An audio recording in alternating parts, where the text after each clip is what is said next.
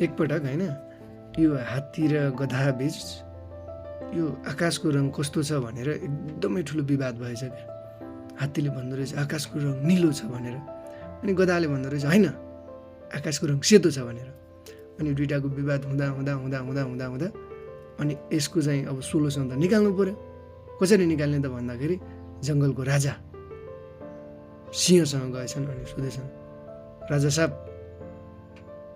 यो चाहिँ हात्तीले भन्छ यो आकाशको रङ निलो छ, म भन्छु आकाशको रङ सेतो छ, हामी दुईजना मध्ये कसले भनेको ठिक छ, समाधान निकालिदिनु पर्यो भनेर भनेछ गधाले।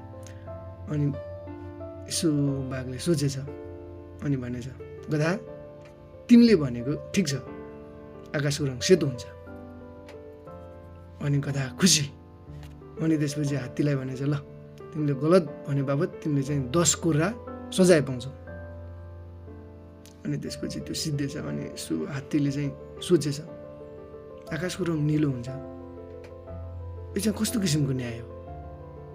एकचोटि म राजा साहबलाई फेरि सोध्छु भनेर गएछ। भने राजा साहब यो आकाशको रङ निलो छ, त्यो तपाईँलाई पनि थाहा छ, त्यो मलाई पनि थाहा छ, यो सारा जगतलाई थाहा छ, तर पनि तपाईँले गधाको साइडमा कसरी निर्णय गर्नुभयो भनेर। अनि बाघ मुस्कुराउँदै भनेछ क्या, यो आकाशको रङ निलो छ यो संसारलाई थाहा छ, तिमीलाई पनि थाहा छ, मलाई पनि थाहा छ। यो ध्रुव सत्य कुरामा कसैले चाहिँ गलत भन्छ भन्दैमा तिमी त्योसँग वाद विवाद गर्छौ, हो तिमीलाई चाहिँ त्यो बापत 10 कुरा सजाय दिया हो क्या। अनि बल्ल हात्तीले बुझेछ।